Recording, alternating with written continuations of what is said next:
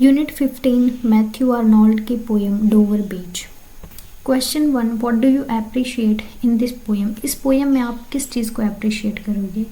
इस पोएम में clarity of expression मतलब अभिव्यक्ति की स्पष्टता, ग्रेविटी मतलब गंभीरता, डिविनिटी ऑफ थॉट विचारों की गरिमा, प्रोपोर्शन और हार्मनी। प्रोपोर्शन का मतलब अनुपात और हार्मनी का मतलब सामंजस्य। इसकी वजह से हम इस पोएम का अप्रिशिएट करेंगे।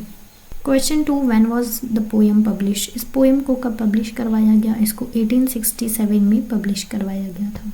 Question 3, what is the poet express in the poem. इस पोएम में पोइट क्या एक्सप्रेस करते हैं।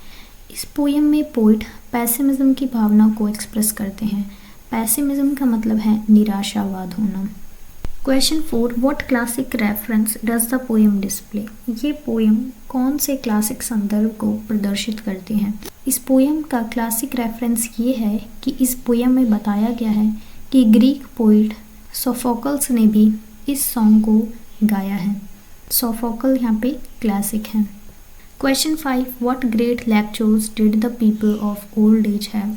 कौन से ग्रेट लेक्चर्स ओल्ड एज के लोगों के पास थे, पुराने टाइम के जो लोग थे उनके पास फेथ था और एक दूसरे के लिए लव था।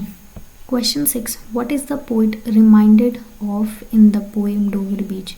पोइट किस चीज़ की याद दिलाते हैं इस पोएम के अंदर। पोइट रिकॉल करते हैं ओल्ड एज को, जब फेथ और सी के उतार चढ़ाव के पुरानी जो एज है उसको याद करते हैं जो मॉडर्न ह्यूमंस के पास नहीं है। Question 7, what kind of faith does Arnold refer to. वो किस तरीके के फेथ के बारे में बात करते हैं।